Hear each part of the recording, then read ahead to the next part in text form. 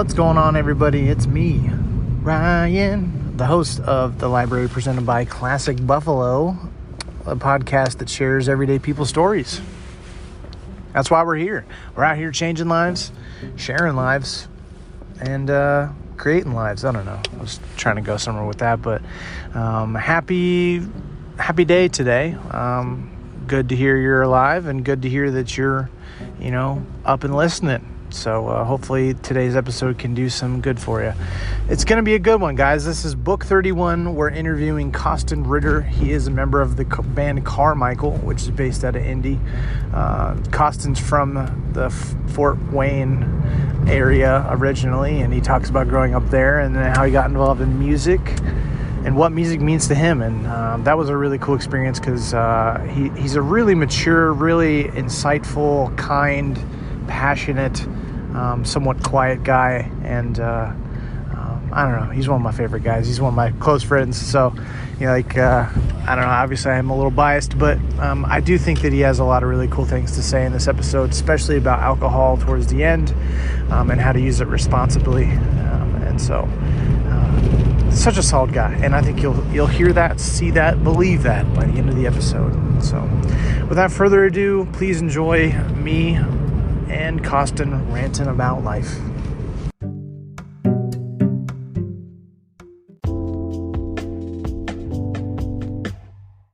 Joining me at his house, it is Costin. Hi. How you doing? Thanks for letting me hang out in your house, dude. Hey, no problem, man. Glad to have you here. We are in the heart of downtown Indianapolis. Did you grow up here, or are you from Alaska? I am closer to Alaska. Actually, I'm closer to Indy, but one could argue that I'm closer to Alaska than what Indy is. I'm from Fort Wayne, so not too far. But yeah, I grew up there. I moved to Indy.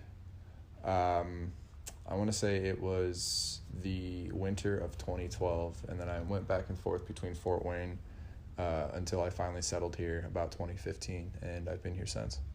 What was it like growing up in Fort Wayne?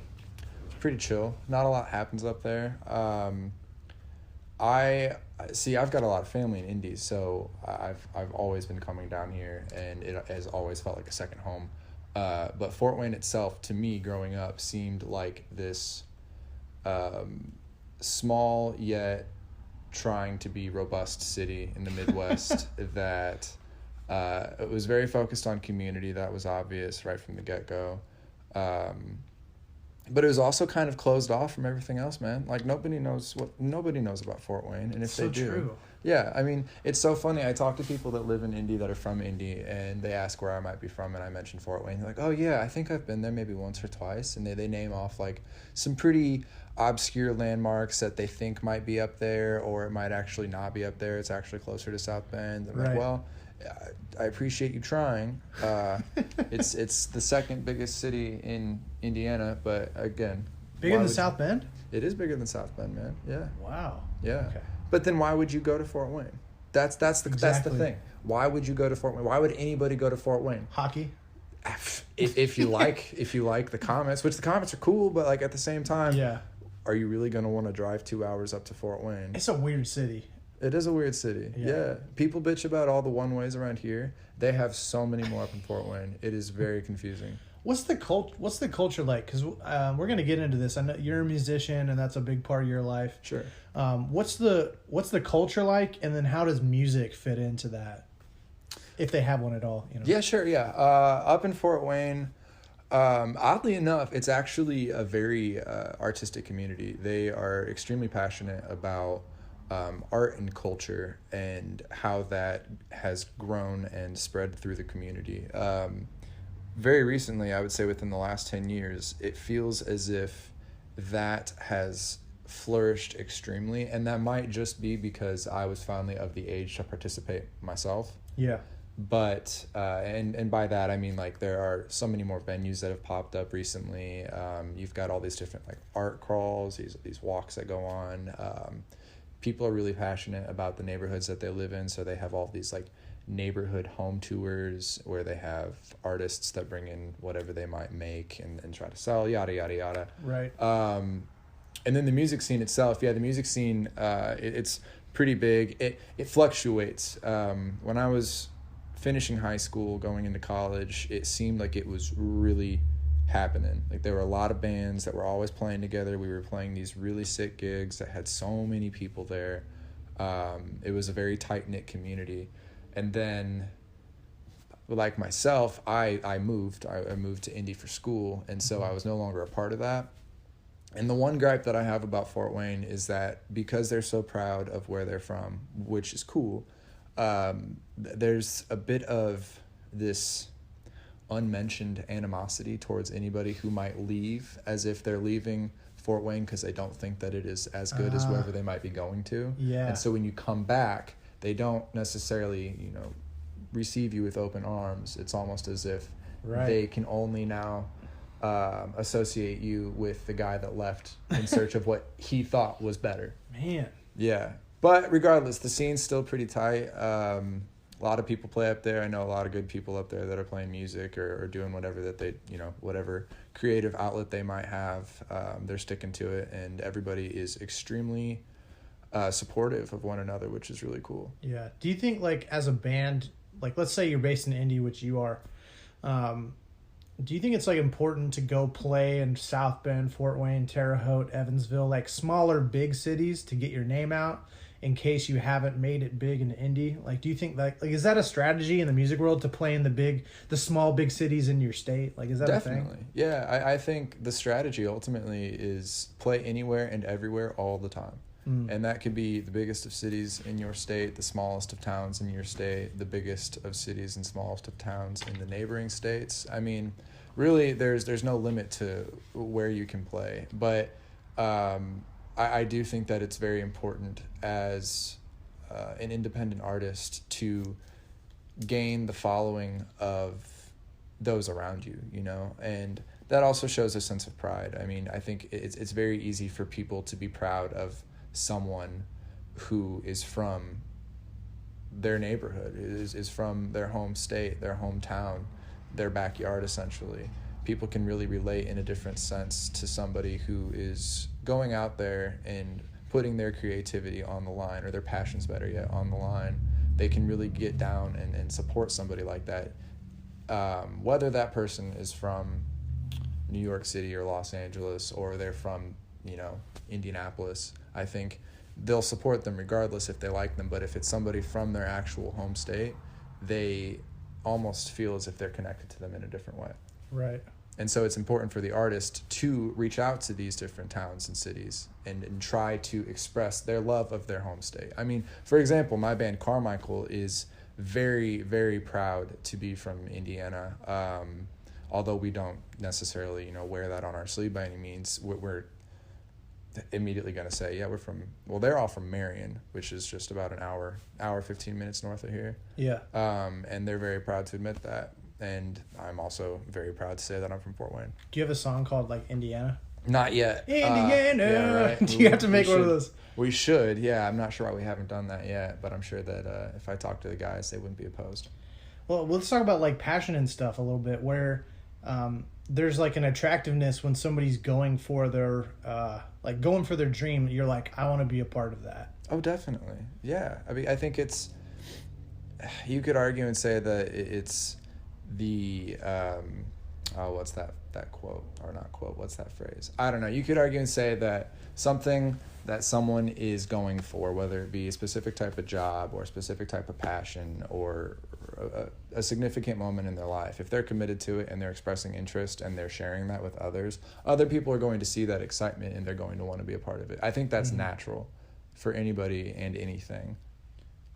As a musician, did you, like, grow up with your mom and your dad playing piano? Like has music always been a part of your life from an early childhood? Like, yes. What was the culture growing up with that? When did you start? Sure. My mom, she's played piano ever since she was little, and so that was the first thing that I was introduced to at a very, very early age. I started taking lessons, I believe, when I was in 3rd grade. But despite that, actually that didn't last too long. I lasted till about the 5th grade, so only a couple of years did I do that. And then when I was 10, that was when I was first first introduced to drums, which took over. I mean, that took over my life very quickly.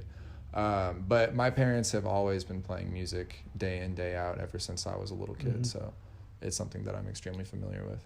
Do you have siblings? I've got one sister. Does she play anything? She in middle school and high school, she had played violin and flute, and she still does, actually. She's got I think she's got a little band based out of Muncie, actually. Oh. Yeah, so she still dabbles, but she's doing her own thing. She actually took a serious interest in fashion designing, so she pursued that, and she kicks ass at it. So good for her. But yeah, music has been a huge part in my family's life. Yeah. So do you do music full time? I would like to say that I do, but that's probably a lie. I mean, put it on the universe, right? Yeah, I have a day job. I have a way to make money on a regular basis. That's necessary. Right. It's not easy to do music full time in the Midwest. You have to, for something like that, you have to be committed and move to a place where there is a need for music full time. Would you move? I've thought about it. When I was younger, it was a lot easier to think about that. But there's always been something, whether this be an excuse or not, there's always been something or a reason that has kept me here. Yeah. I mean, I thought that it was a decent enough move for me to come down to Indianapolis and make this my home. Yeah. And since then, I would say that the music has flourished. But there was a brief period of time where, just because of circumstances that I couldn't control, music was... it kind of took a back seat, only because I couldn't play all the time. I mean, living in this house now, I have a room dedicated to my drums where I can play those every day, and that's great. When I had an apartment, which is the circumstance, I couldn't do that. So it took a bit of a back seat then, but like, it's always been a part of my life, and I always have the goal going forward, knowing that I can continue playing and pursuing music until my dying day. So whether it be full-time or not, can't necessarily guarantee that, but I can guarantee that it's going to be in my life no matter what. Right. Yeah. There's always the pressure to monetize has always been, for me, like, has kept me from, I don't know. It sort of taints it in a sense, like, that you forget that you started just to do it because you like doing it. But then, like, when there's that pressure to monetize, you're like, I really would like to do this full time, but at the end of the day, like, I want to be playing till I'm dead, or exactly. I want to be doing X, Y, Z. Yeah. And I guess it's like, if the goal, like, your goal theoretically would be spend the majority of your time when you're awake doing things that you like, right? And if you have to do a 9-to-5 job or whatever to sustain that passion, like, so it's, 50-50 or something like that. Sure. I guess the goal is to become at peace with that 9-to-5, or like at least find something that you like about it, and it's not just you're cleaning dishes necessarily. Right. You're like, I hate this, but at least I get to, I don't know, maybe there's a balance, there's achievable. I think that sometimes a sacrifice needs to be made. Right. Ultimately, it's very true that if you do something that you love, you'll never have to work a day in your life. That's very true, unfortunately, because it's extremely hard to find that thing that you love and be able to do that for the rest of your life. But like, if you can swallow your pride and recognize that sometimes a day job's necessary, that's okay. Because again, like you said, if it means that if it allows you to continue pursuing your passions, then you're really winning. How do you stay focused? Like, do you daydream when you're working? All the time, man. You're like, sucks. Thinking of different chords or like ways you can do a different song. Yeah. No, I have this thing. I've had this ever since I was a little kid. I remember this very vividly. I've never been able to not have melodies going on in my head. And I think because I'm a drummer, naturally I cling to rhythms that I hear, whether it be something that I've conjured up in my own mind or if it's something that I'm naturally hearing out in the real world. So oftentimes what I do is I end up just getting lost in a trance in my footsteps because that creates a natural beat. And then without even trying, melodies start forming in my head. And I can't shut it off. I really can't. I haven't tried, I will admit that, and I'm not sure if this actually has like a professional medical title. Right. But that's a thing that I've just accepted, and so be it. It's cool sometimes because if I remember to write it down, then I might have a really cool lick to play later. But it's also hard to remember to write it down. Yeah. Yeah. I'm busy up there, man. I'm busy up there. Yeah. Man, it's so interesting. Sometimes I'll just be daydreaming at work or just thinking of different strategies on how to make Classic Buffalo better, how to make my vintage thing better, I'm sure. how to and it sometimes can get you through. Like, that's what sometimes I look forward to, like that 5-minute break where you get to go to the bathroom. Like, all right, now okay, now we're gonna sort of plot in your corporate mandated hour bathroom break while you're at the urinal, whatever. But no, daydreaming's good for that, man. I think that that's one of my favorite things to do. Honestly, just getting lost in thoughts. Yeah, you can. It might actually hurt you, or it might not. I don't know, but thinking of what you hope to eventually achieve, where you want to be. Thinking of all the cool toys that you might have, all the cool clothes that you might be able to sell, what you're going to do for the podcast, yada, yada, yada. Like, having all these grand ideas is great because it excites you, and it makes the drive even more obvious to try to go as far as you possibly can with that passion. I'm curious for you how the role that music plays, which usually for some people, music's just music, right? It's just fun. It's nice. Some people, it's like, music is really important to me. I can feel it. And then I feel like there's that third stage where you're like, I love music. Or maybe even like it's like fun. And but there's that deeper, like, it's different because you're actually producing the music. Oh, yeah. Is there a difference there, you think? Or like, do you think it can still be like, yeah, it's just fun. Like, I like moving. Do you see what I'm saying? Where, let me see if I'm on the same page here. So, one of my favorite things about music is the fact that music itself is universal. It is one language that we all understand. Right. We can all react to it. We can all react to a tune, to a lyric, to a chord, to a rhythm, and we understand it.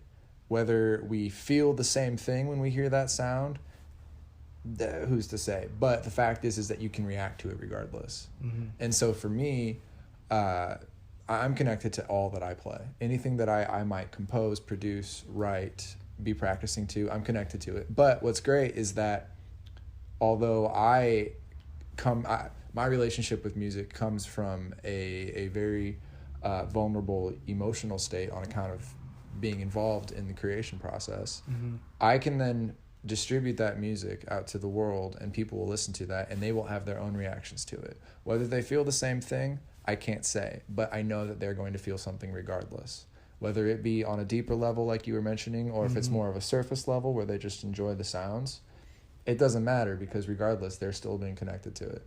And what's cool about that is the fact that, in a way, it's almost like this might be really out here, but like it's almost like this subconscious telepathy where the listener can appreciate what they're listening to just as much as I might have appreciated creating it. I'll never meet the person that could be listening to the music, but I'll at least know if somebody is listening, they're going to have a feeling about it. Yeah. I feel like there's almost so much, like, if someone was to really, like, let's say you get super, super famous and then some guy in California hears your music and they finally meet you, I feel like that meeting, because there's that emotion behind it, and music is like even bigger than if you were to just meet someone who's in like a movie, or I don't know. Maybe. Or do you think it's just the same because you're meeting your idol? But it's if music is like so important and like soulful, like, do you think like it's like, and you created that for me? Like, do you think it's like even more special because you're making music? I think so. I mean, I've met a few artists that I've met, through the years that I've loved the stuff that they've put out. If I've ever met them, I could tell that the thing about any creative mind is that they're a very complicated being, right. And you'll never fully understand them, whether it be a musician, an artist, an actor or actress, whoever it could be. If they are creative and they use those tools to their advantage, they're going to be very complex. Everybody's complex, but there's something about a creative mind that I've found, and maybe I'm just biased, that really speaks volumes in regards to the layers that person has. And so when you meet somebody like that, like you had mentioned, if you meet a famous artist or singer of a band or whatever, of one of your favorite songs, I think that there is a connection that you will have with that person because, again, you were connected to the music that they had created. And so I believe that again, you're not going to know the person because, like, you have no idea who they are. You've got no idea what they've gone through in their life. But again, you're still feeling something. And that feeling, whether it be on the same page or not, helps connect to complete strangers. Now, I'm sure some people get that same feeling if they watch a movie and they see their favorite actor. Yeah. I'm sure. And I'm sure that people can connect to photographs or paintings or any sort of media like that the same way, probably. But to me, I understand the connection in music because it's something that I eat, sleep, and breathe. Mm-hmm. I'm not the world's best painter. So I can't. Sure? I'm not sure. I could be. I've never put that to the test, but right. I can at least say confidently that I feel as if I can connect better with somebody who creates music as opposed to somebody who creates art. Although I can appreciate the art just the same, mm-hmm. and at times connect to it as well. Yeah. I think that I will never be able to deny being able to connect to music. Right. Yeah, that's so cool. When you were first starting out with music, what did you do to, like, get better? And I'm asking this for a recommendation for an entry-level either musician or someone who they're just starting out their craft and whatever they want to pursue. What did you do to start honing and, like, just learning, like, getting better at drums or music? What'd you do? Practice. That's the first and foremost thing that you need to accept as a requirement to get better, to grow. You have to practice. And you also have to be committed to practicing. You know, you can't just it'll feel like a chore at times, but it ultimately helps you get better. It's the same thing for anybody who is trying to get better at something, whether that be getting better at cooking or drawing or you know, having faster laps in the pool or whatever the hell it could be. You have to practice. You have to continue to rehearse. And on top of that, you also have to be as engaged as you would anything else. So, like, for me, one of the biggest influences that ultimately helped me succeed was being interested in other drummers, you know, other musicians. I have so many favorites out there who I think who play music a hell of a lot better than I ever will, but what they were capable of doing and what they brought to the table ultimately lit a fire under my ass to try to be able to also achieve that and then also be able to create things that had yet to be created. So I think it's a combination of recognizing that you have to be committed to practicing and getting better, to get better, and then also being committed to exploring that industry, exploring who else is out there who's making a name for themselves and seeing how they're doing it, and whether you try to emulate what they are doing or you were just appreciating what they do, it all matters. And that never stops. Like, you don't just be like, all right, now I don't need to learn from anyone else anymore. Like, you're always trying to be like, all right, what's another, like, oh shoot. Yeah. You know, you're never best. You're always, you could be good, you could be great, but you're never going to be perfect. You're always going to have room for improvement. How do you not judge yourself? I think that I have to judge myself, man. I think that that's impossible not to do.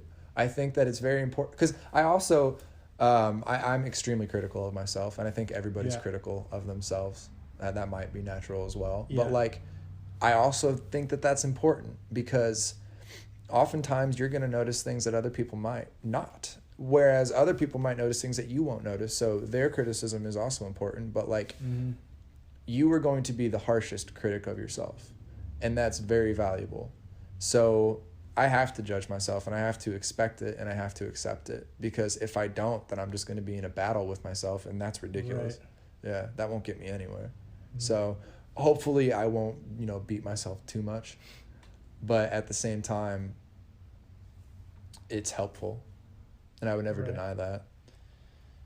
Man, did you ever have, like, advice you're like, I don't want to hear that, but that's true? Yeah, dude, that shit happens all the time. Are you kidding me?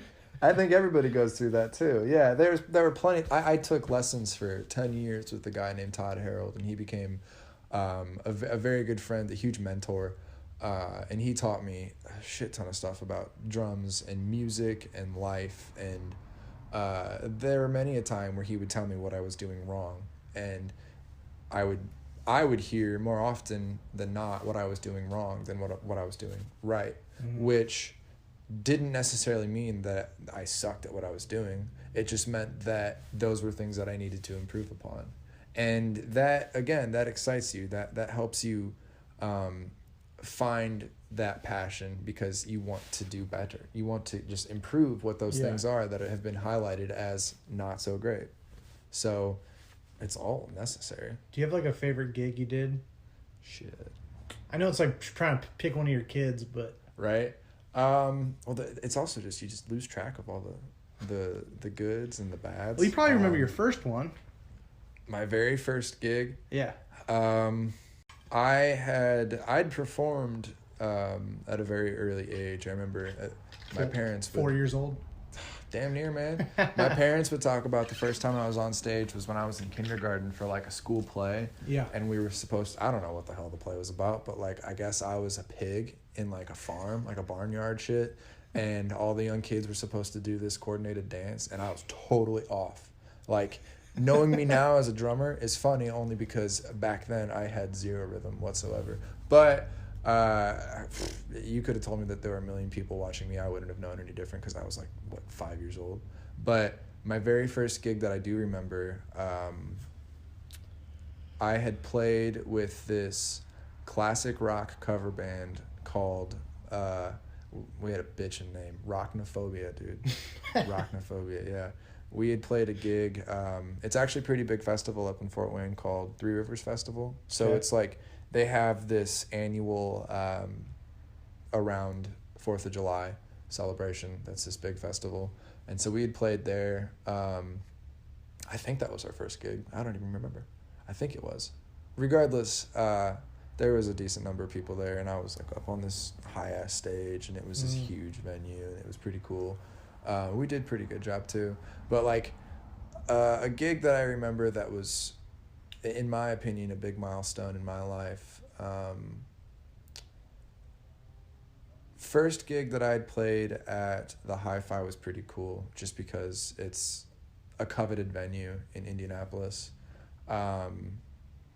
And since then, we've been blessed with a good relationship with their booking staff, and so a lot of times if they've got artists that are coming into town, if our sound fits the sound of that artist, we might be able to open for them. It happens on occasion, but that was a pretty memorable gig just because, again, playing at the Hi-Fi. And then actually very recently, I think it was in August this summer, we had played at Feast of Lanterns, which I had no clue what Feast of Lanterns was. I don't either. Yeah, right? So get this, man, there's this festival, I guess you'd call it, Feast of Lanterns, that happens in, what's the park? It's over on the Near East Side, right off of Brookside. Essentially right downtown, if you want to say that. It was the Near East Side. There were probably about 5,000 to 6,000 people there. Whoa. And it was full of all of these vendors. They had all these different food trucks. I mean, dude, there were so many people there. And what was really neat was they had this huge stage, this over-the-top stage for the performers.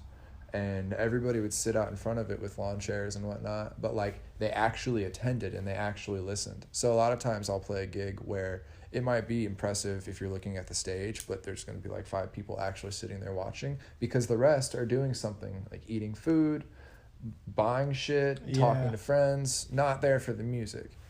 This event was different because it seemed as if people were genuinely awaiting the entertainment. And to top it off, right before our set started, we were second to last. And the Feast of Lanterns, why it's so spectacular is because they're celebrating lanterns. And I want to say this might be, if there's anybody out there who knows this more than I do, I apologize, but I'm pretty sure it's an Asian tradition. I don't know where the hell they do this, but regardless, they celebrate lanterns, and I'm talking like the floating lanterns that you light and they fly into the sky. And so right before we started, they turned on this canopy of lights over this entire park. And it was like those globes, those paper globes. Yeah. They had a shit ton of those, dude, just like strung across this place. thousands of them, and it was the coolest thing because like all the lights went dead, and then boom, all these turn on, and you see all these people sitting there waiting for you to play, and then all these lanterns started taking off in the sky, man. It was crazy. And then after that, I couldn't see anybody out there, but we played so well that night. It was a really good show. So that was probably the biggest crowd that we had played for yet, and for me that was really bitching. That was nuts. Yeah. Have you met someone who like you didn't know and they like heard of you? Yeah. I don't think I'll ever get used to that. Getting recognized. yeah. It's really funny to me because like I don't think I'm anybody spectacular, you know, like I have my own world and my own problems to deal with, so I don't think of myself as like this god amongst men who's just out there for the world to appreciate. Yeah, that's not what I'm trying to do. So when I do meet somebody who's like, I was at a Carmichael show, or I was at, you know, whatever I was doing, I saw you there and I'm really impressed, or like you're a great drummer, yada yada, that stuff is so humbling. Because it's very easy to think that this stuff doesn't go very far. It doesn't really get to that many people. And so in turn, for somebody to come up to you, to go out of their way to say, hey, I saw you or heard you perform, I loved it, keep doing what you're doing, that shit's really cool. That means the world to me. And I'm thankful that it doesn't happen too often, so I can't get... You know, I can't be too conceited and have too much of a big head because I'm sure I already do. But yeah, no, I love that. And each time I hear somebody compliment me for something that I do, whether I know them or I don't, I am always so thankful. Yeah. Yeah. It's a really, really cool thing to hear somebody say.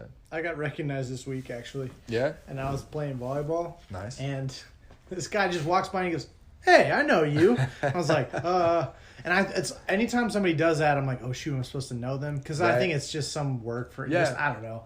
But then like the guy was like, you're vintage indie. And I was like, yeah. And my favorite was somebody did that in Broad Ripple. I think it was like St. Patty's Day or something like that. And I didn't know what to do. I was like, do you want a picture? And he goes, no, and walks away. You're not that special, man. I was like, oh, okay, I got to get used to that, I guess, but. Now you know not to ask if they want pictures. Yeah, they're gonna ask that. Exactly. Yeah, Yeah, the ball is in their court, man. They already complimented you. You just leave it at that. If they want to extend the favor even further, fine. But that's on their own time.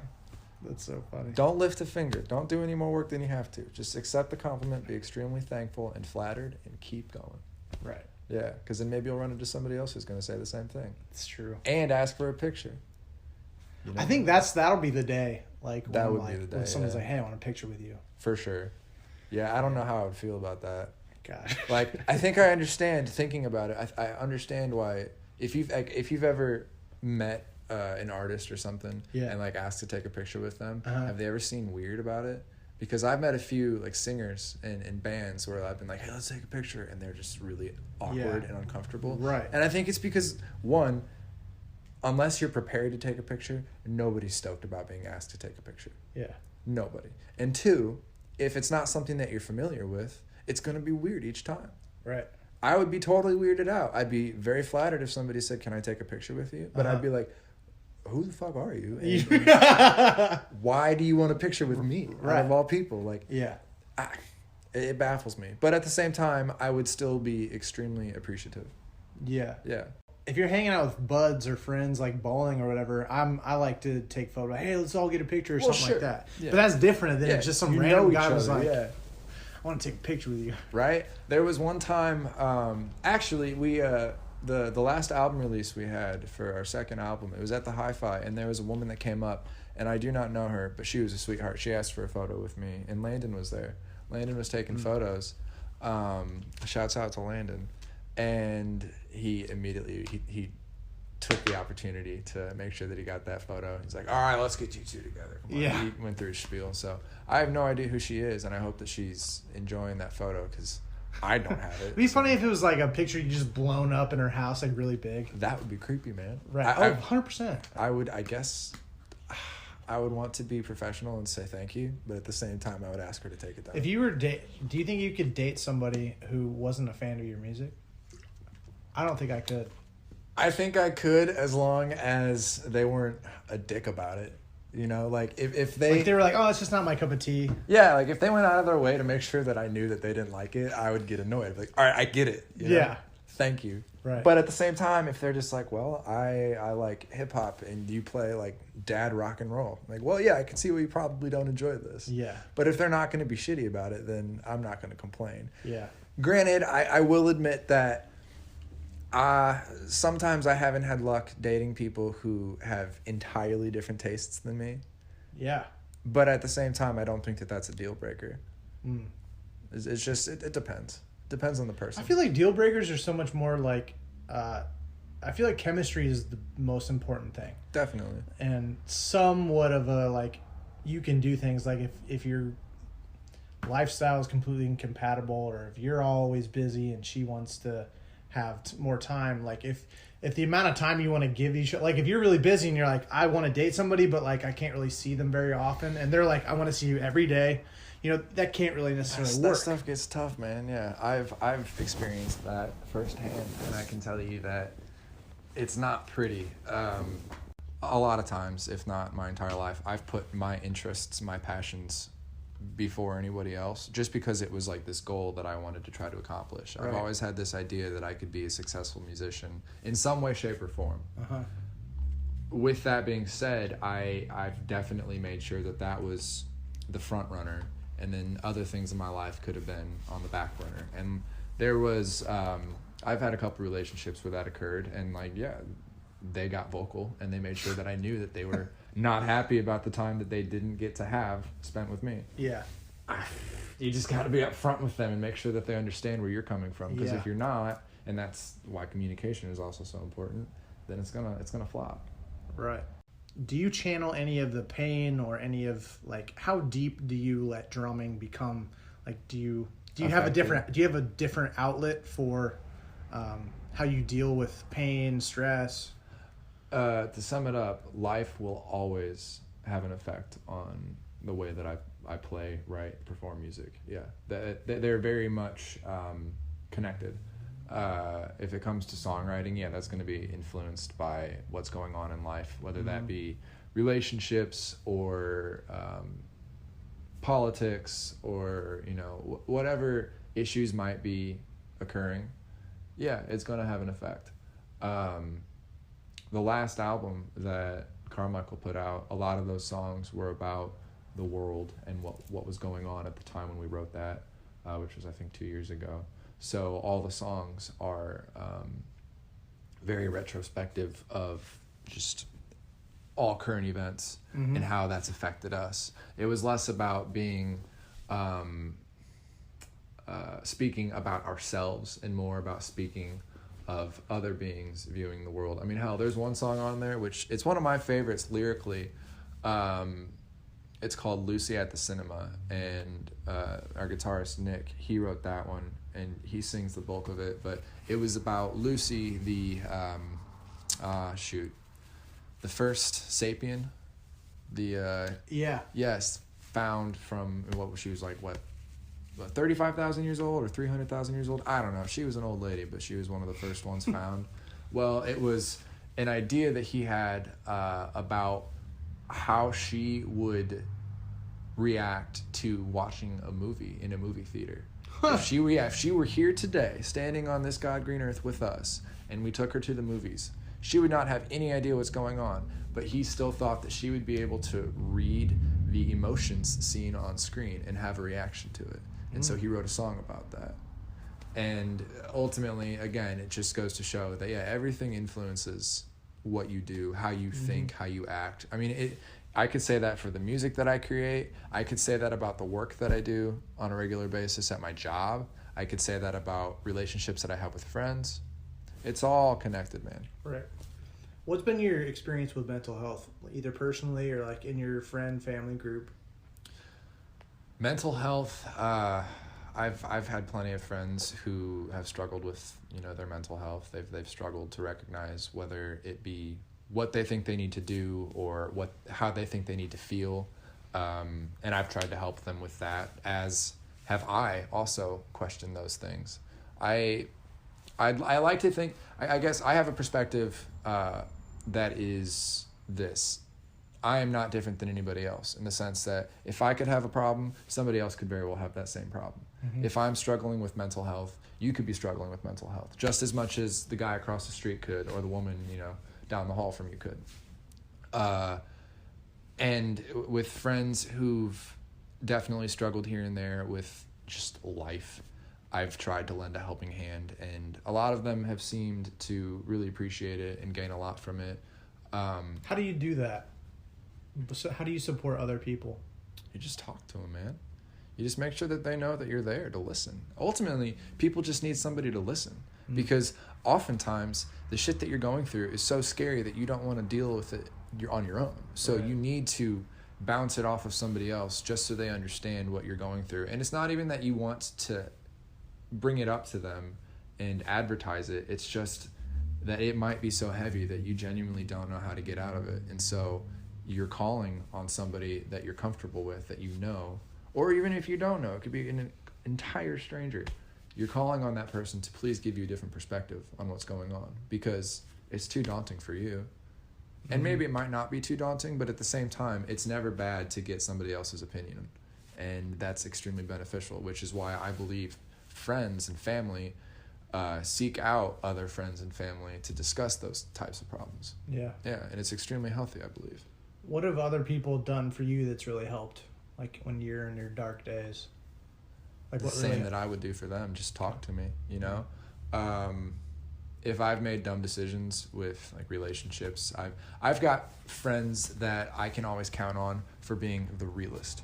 One of my friends, his name's Dan. That guy will not sugarcoat things for shit. He will be as painfully honest as he possibly can be, not because he wants to be an ass about it, but because he knows that it's better to just hear it straight up than to try to sugarcoat things to make you feel better. Because a lot of times I think it's very easy for us to hear of a friend's problem and just, give them a pat on the back and say, it'll be okay, yada, yada. They'll suggest things that they think might be beneficial, and you'll more or less just agree with them, as opposed to giving them some insight that you think yourself might be beneficial for them. So, friends that I know I can count on to be extremely blunt and very blatantly real, they're extremely important.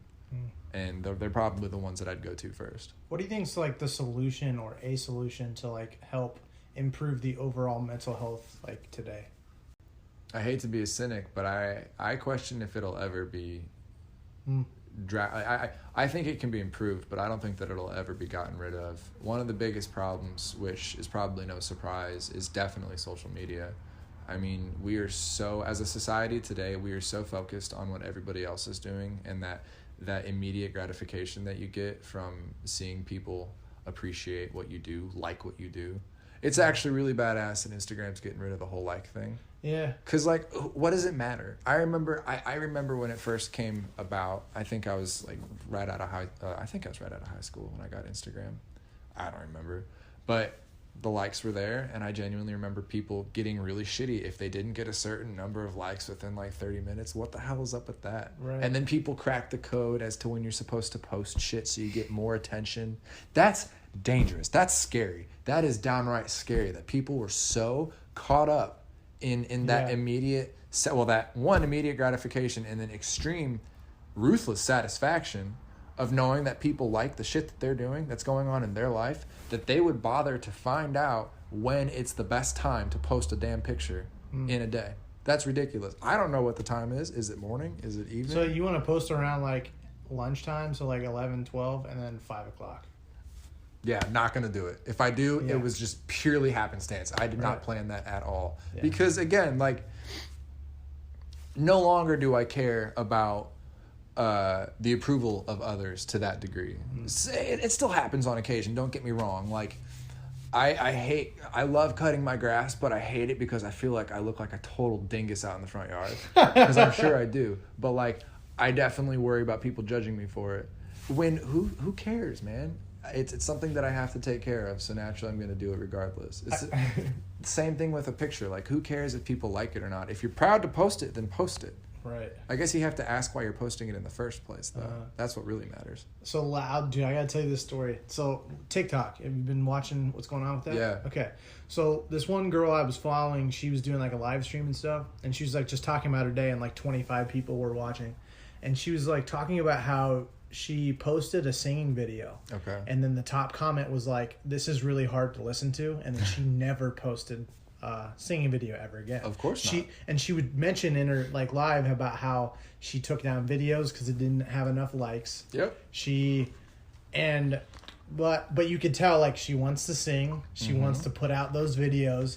And then I was trying to say that in the chat or whatever, like trying to say like you need to put out the content that you want to put out regardless of the impact, because it's good on you. Yeah. But and it was she kept saying like, I know, like you could see the pain because she's deleting and curating her content so it has the most views and it has all this kind of stuff. She said, I took down a post because it only had 200 likes, and I was like, wow. Do you know how many people would kill to have 200 likes on a photo? I would be impressed or if video. I got 200 likes on something. And then she was saying like, yeah, my video has 2.8 million views, like another video. And I was like, I'm sorry, what?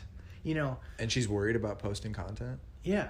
But that was one of her videos was she's like, well, I have to make those because, you know, that's what gets likes. Yeah, see, man, that's get trapped.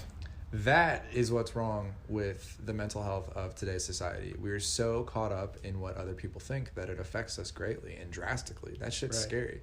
And like I suffer from it just as much as anybody else does. I mean, I have a bunch of videos of me drumming, doing different things that I'm terrified to post because the judgment in me comes out and I cannot get past this idea that there's something wrong with it that will be obvious to everybody else. Yeah. And then everybody will flood the comments and say, oh, you shouldn't be doing this. Yeah. Oh, they're not gonna like it. So they're old videos though, right? Yeah. Well, that'd be kind of, you should make one where it's like, you know, 2013, 2014, like you in the beginning, and then like where, like today, do one of those, like, so. That would be cool. Of like, this is how hard I've worked, and like watch. So then we're like, oh shoot, he's really, because like I can see from your perspective, like I got this video from 2013.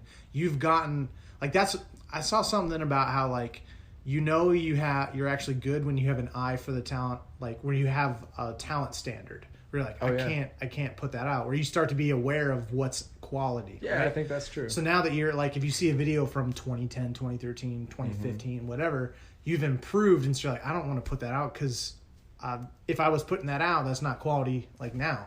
Exactly. So like, I'd rather post a video of me last week where I'm at the, you know, because you've improved, right? You always want to post something that highlights you at the top of your game. I think anybody does that. That's why people go as far as to Photoshop themselves to try to make them look perfect. Right. Because it's got to be top of their game. Top of the game. Ridiculous. Do you have a motto? Or a piece of advice that you've heard like recently? You're like, oh, that's a really good piece. I'm sure I have, but it clearly didn't hold enough weight because it's not coming to my honestly, if I could give out a motto, I would say just keep going for it, you know? Actually, no, that's too vague. That's bullshit. Whatever you do, absolutely whatever you do, just make sure that you're doing it for yourself and that you're happy doing it. I had learned the hard way that it's okay to be selfish at times. It's okay to do things for yourself and have days by yourself and feel things with yourself. That is all necessary to grow. And ultimately, what are we doing? We're just growing. I mean, I understand from a scientific point of view, there's a point in everybody's life where like they stop growing and they start degrading, sure. But at the same time, it doesn't mean that you have to just give up on this idea of growth. I think that we are constantly supposed to pursue anything and everything, whether that be new knowledge, whether that be, I don't know, new loves and interests, new foods, new drinks, new music, new destinations, new people. All of that is important, and you need to try to attain as much of it and introduce yourself to as much of it to really try to grow, because this is your world. It's whatever you want to make of it. And as far as I know, this is the only life that I've got. So I would like to think that it's my opportunity to try to live it to its fullest extent. That's kind of like so scary a little bit. Like there's that pressure to figure everything out. Oh, definitely. Because like in video games, like if you're playing like a game that's 40 hours long or whatever, that's, you get to make an RPG, so you can edit your skills. I'm Yeah. gonna be a fighter. I'm gonna be the Max charmer. out. You're gonna do all these different things because you know you can play it again. Yes. But then, like, when you realize this, you're like, oh shoot, I can't really go back to college and get. I that wonder that, degree. dude. I always wonder that. Yeah, I'm like, man, like, would I have been really good as like a forward soccer player, or like would I have been really good as like a bitchin' engineer, or could I have like dabbled in politics, or I don't know. I never pursued that stuff. Mm-hmm. I once, and I think that's because eventually you find something that, unbeknownst to you, you love so genuinely that you never want to give it up. And that was music for me. I mean, as soon as I was introduced to being able to create, everything else didn't matter. Yeah. And that's why I focused on that solely. Mm-hmm. And so I'm happy with the path that I've chosen, just because I get to play music day in, day out. Mm-hmm. But at the same time, like you said, it's not a video game. It would be great if we could restart and see how it would go, how it would pan out if we tried this. I guess reincarnation would have something to say about that, if that's real, I guess. If reincarnation's real, that's badass, man. But then you come back as a tree and then you get to experience. The only thing I would hate about being a tree is when it gets cold and you've got nothing you can do. So I would imagine. Oh, you can't move, really. No, man, you're a tree. You're staying put. You're a tree. Yeah, you're staying put for 200 years or however long. Well, it depends on what kind of tree you are. It'd be badass if you're like a redwood. But point is that whether reincarnation exists or not, why dwell on it? Just be happy that you get this life, and just be happy that you have all these opportunities before you, as long as you are willing to go after them. Mm-hmm. Yeah, I totally agree with that. I don't know if that was a motto or not, but... Yeah, very long motto, but that'll be the title of the episode. What you just said. Perfect. Yeah. Summed up really well. I wanted you to cover this slightly. Your view on alcohol. And liquor. Because I think what you meant, you said it was like, do something because you like it, not because you want other people. Yes. Like, and just the entire culture behind drinking and stuff.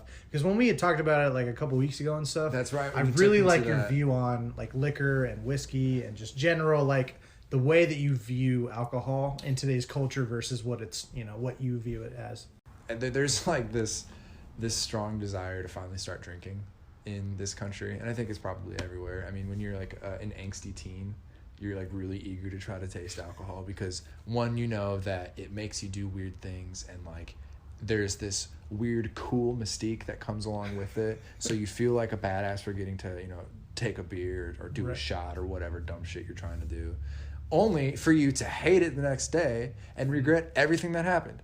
That it's the same vicious cycle, and we know it every time.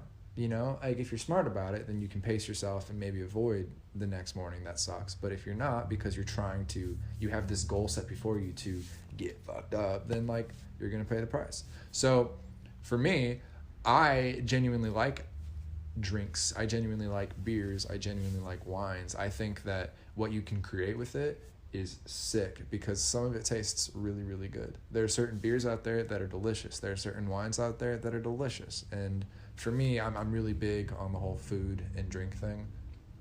So with that, naturally, I'm curious as to what different types of flavors you can bring in and how that's going to taste. What are you digging right now? Like your one recommendation? Oh, man. It depends. A classic for me, ever since going to Ireland, a classic for me has been Jameson with ginger ale and lime. You just need one slice of lime, shot of Jameson, and then fill the rest with ice and ginger ale. That shit is delicious every time, hands down. And if you do it like that, one shot with the rest ginger ale and a lime, it's perfect.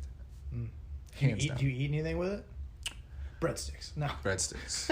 Yes, at Kilroy's. I'm not sure if I would pair it with anything in particular. That's just it's an easy drink to have, and it's not too much. And if you're looking for the effects that alcohol brings, you'll feel it after 2 or 3, however many you can handle. But in regards to pairing it with food, I don't even know what the Irish would pair that with. Probably it's very light and it's very refreshing, so I don't think that it would be the best with like a really hearty dish. I wouldn't pair that with food. No, I would just say that's a great cocktail to have, because ultimately it is a cocktail, so you would want to sip on that separately. Good food pairing though, I'd say I'm really, really into like Indian foods and Thai foods and all different types of cuisines, but Indian food in particular. And IPAs are not one of my favorite beers. I can drink them and appreciate them and never dislike them, but I'm also probably 9 times out of 10 not going to order one right off the bat. However, if you get an IPA and you have Indian food, perfect combo. Out of this world. Man, I feel like Indian food's too spicy for me. It can be. If you ask for a lot of spice, it can definitely be pretty spicy. But a lot of their dishes are actually a lot more mild than what people think. I feel like when it comes to different international cuisines, when you see a lot of that color, you naturally immediately assume that it's like a spicy dish. Yeah. You hear from these different countries, they clearly just eat a lot of spicy food. You know, India must be really spicy. North African countries must be really spicy. South American countries, obviously going to be really spicy. And although that can be true, not always is that the case. Except for Thai food. That shit is always spicy and it's ridiculous. But no, Indian is just very flavorful. They know what they're doing over there. Shout out Indian. Shout out Indian food. And they're growing a lot of trees over there. So if we do get reincarnated, maybe we'll end up in the tree farms. I don't know. All right, so we're almost done here. We're going to do our final 5 questions, and then we're going to let you go here. Or I'm going to leave your house. So that's basically what That's right. This is much less, not yours. I will walk out. Yeah, what if you... Yeah, see you, dude. This is my house now. No. Different. I did not expect that, but okay. Surprise! Yeah, who knew? Number 1, if you could go have dinner with anyone in the world that's alive, who would you choose? You can choose 2 people, but... I feel as if David Letterman would be a very interesting guy to talk to. Yeah. Yeah, not just because he's from Indiana and not just because he has a beard like me, but he also, I feel as if he does not let on nearly as much of who he is to the general public. So there's a lot beneath the surface that you could uncover if you had that intimate opportunity to talk to him. That would be kind of cool. If not him, Keira Knightley for other reasons, and I probably wouldn't be able to talk much. I'd actually make a fool of myself. That'd be a terrible idea. Let's just stick with David Letterman. Where would you go to eat? You know what? Actually, Union 50 is always really on top with the food that they've got. It's way too loud and there's too many people, but the food's good. So that would be cool. Or that's too flashy. I'd say let's go to Mama Carolla's because who doesn't love Italian food? Yeah. That's good. Yeah, you don't want them too loud if you want to talk with them. Right? Know? Yeah. It's supposed to be a chill little time. So. Chick-fil-A. Chick-fil-A, that could be cool in the drive-thru, just sitting there waiting. Have you had the new Popeye sandwich? I haven't. I know that everybody... I don't know if people like it or dislike it, but... I was waiting in line, for 30 minutes. Yeah. And I got to the front of the line, and the dude in front of me got the last chicken sandwich. So I waited in 30 minutes in line. Well, tell me this. Have you had one since? No. Oh, man. I still haven't. Wow. Because I'd be really curious to find out if it was worth waiting 30 minutes for. I know. That's why I got to figure it out, but...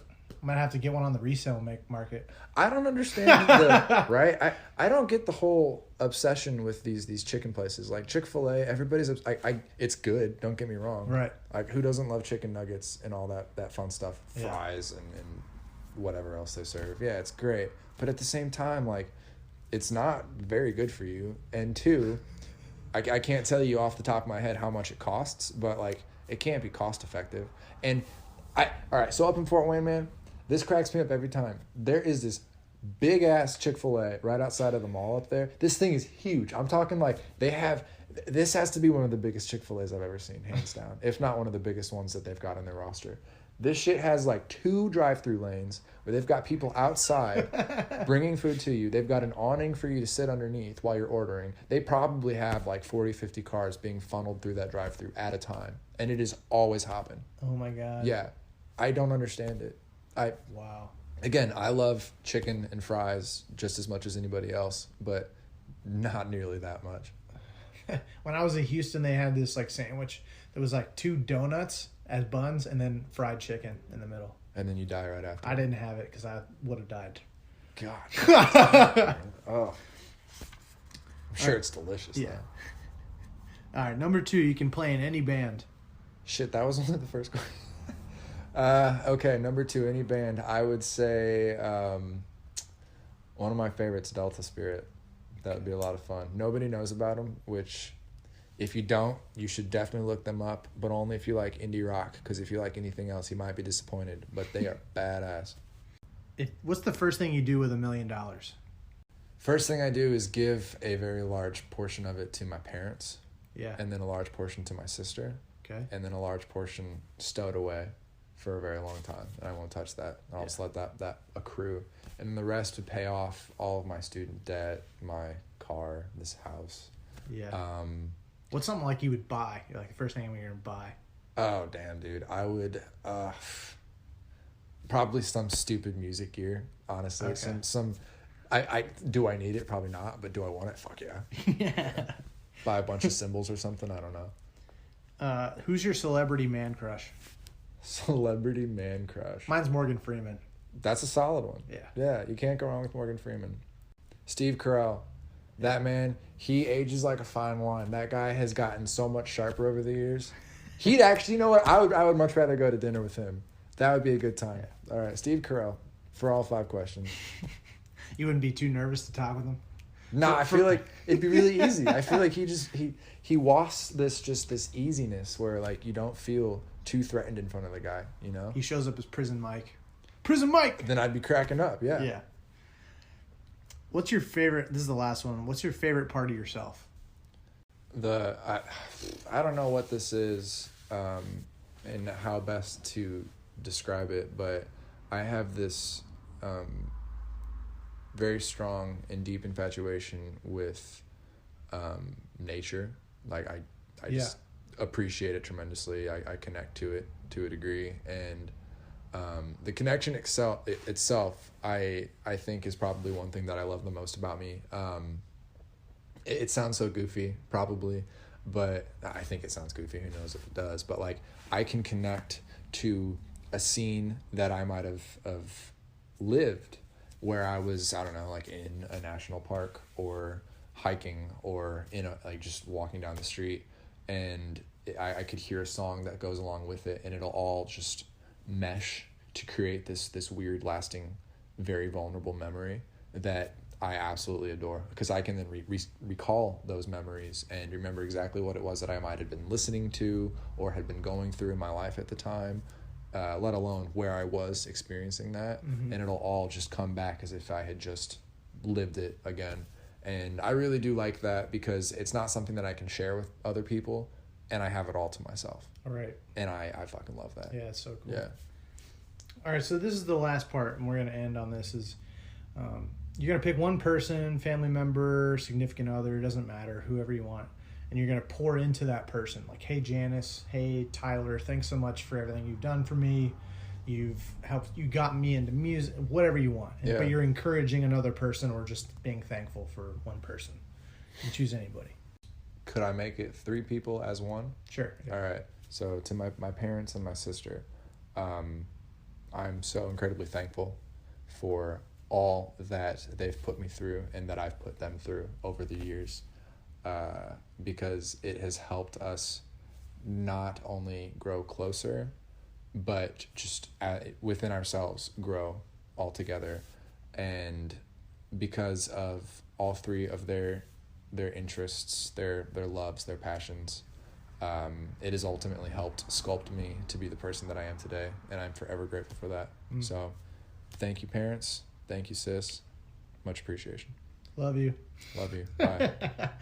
Well, thanks so much for joining me, man. If you want to shout, plug your band, and where can people find all that stuff? Yeah. So the band that I'm playing with, it's called Carmichael. You can go to carmichaeltheband.com to keep up to date with all that we're doing, whether it be shows or new music. We're actually working on some new music now, so stay tuned. We're also on Instagram and Twitter and all of that fun stuff, whatever social media you wanna dabble with. And then myself, I'm not really active on social media, but if I were, I would say it would be Instagram. And so if you want to find me, if I'm really that interesting to you, you can find me at Costin.Ritter. So cool. Otherwise, that's the only shout out that I got. Thanks for maintaining. No, that's not right. What I want to say. The closing credits. Thank you. Thanks so much for letting me be in your house so that I could record this. And you're such a solid guy, and you'll listen to this part on the debrief, like at the end. But, I'm grateful to be friends with you in the way that we met. And, you're such a solid guy, and we can just be sitting on your couch and just shooting the shit, man. I'm excited for you to just keep pursuing your passion for music. And it means a lot for you to be a part of my podcast and just, sharing your passions, your dreams, and who you are as a person. So I hope this has been beneficial for you. Extremely. No, thank you for the invite. I'm really, really thankful that I got to be a part of this. This was a lot of fun. And also, I hope that that it's really kick-ass what you're doing. So don't stop. Yeah, people know you. People know you for the gear that you're finding and what you're passionate about, and you should be proud of that. Thank you, man. You're welcome. All right. Until next time. See ya. Peace out.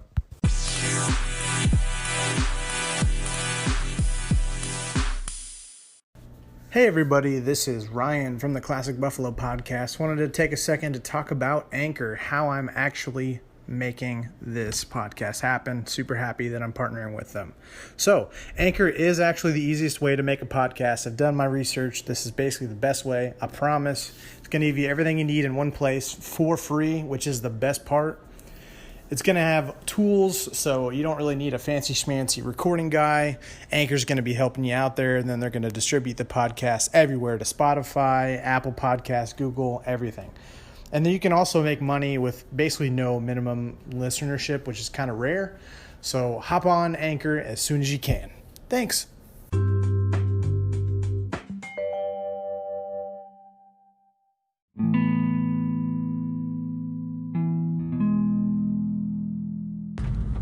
So here we are at the end of the episode.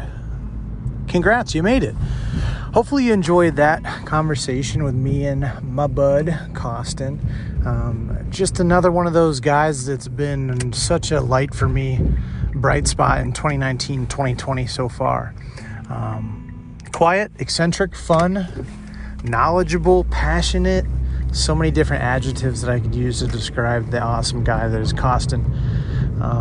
I've always been so intrigued by musicians and just their connection with music and the world, and then, passion, or just kind of emotions and how those come out in music. And it's been, it's also a little bit of a twist because he's a drummer, so he doesn't really write, but still, it's kind of cool knowing that even the emotional state still comes through in a non-vocal way. That was kind of cool because I know for me personally, playing the piano, I don't know what it is, but there's a difference between playing a piano and playing an electric piano, and just the maybe the timbre. I think timbre's texture, just in musical terms, but just the texture, the feeling of playing a musical instrument, and the chords vibrating and stuff like that, and just the sound is different. It's artificial. It's probably the same thing as if you were to just read a book versus on a Kindle on your computer or phone or whatever. So it's the same type of feeling. And Costin's such a really good guy. He's going for his mission, doing his normal 9-to-5 type of job and then playing music. And honestly, I would take his advice in a lot of different ways. You should take every opportunity you can to get yourself out there, playing in many different cities, playing and practicing. That's why the title of the episode is what it is. Commit to practicing, commit to getting better, because you really can't get better unless you mess up a little bit. And being humble throughout that process, asking as many questions with people who are a little bit more knowledgeable or more farther down the road in the skill or artiste that you are. So that was always good. And then I loved his view on alcohol. He's told me that before, and so I had him just explain it to you guys, because kind of similar to my view on alcohol. I honestly, my own personal journey, I didn't even drink when I turned 21. I never really had the desire to. I was around people who were partying. I would go to parties, but I wouldn't drink. I wouldn't smoke, nothing like that. Just because it was I don't want to do this because I'm supposed to do it, which is probably a good mindset, right? Only do something, regardless of whatever it is, good or bad for you, unless you really want to do it. So my mind space is probably in the good spot, but using alcohol to pair it with things, or and anything that's responsible. Just being responsible. It sounds like he does that. And so, I don't know, it was kind of cool for him to share that. But obviously, if you're at risk for alcoholism or having an addictive personality, avoiding it's not going to really hurt. So you're not missing out on much, but it was just kind of a cool perspective I wanted to have him share. So yeah, not much else I have to say other than the guy's awesome dude. We're going back next week for another episode. That's how, the world will work until we stop making these. So, but I'd obviously let you know ahead of time. But I hope you enjoy the rest of your week. We're almost to the weekend. I know sometimes that could be stressful or fun. So if it's fun, get ready to have some fun. If it's stressful, we'll be back to another week, another Monday, and we'll have another episode. So stay alive. I love you. You're awesome. You can do this. Until next time. See ya.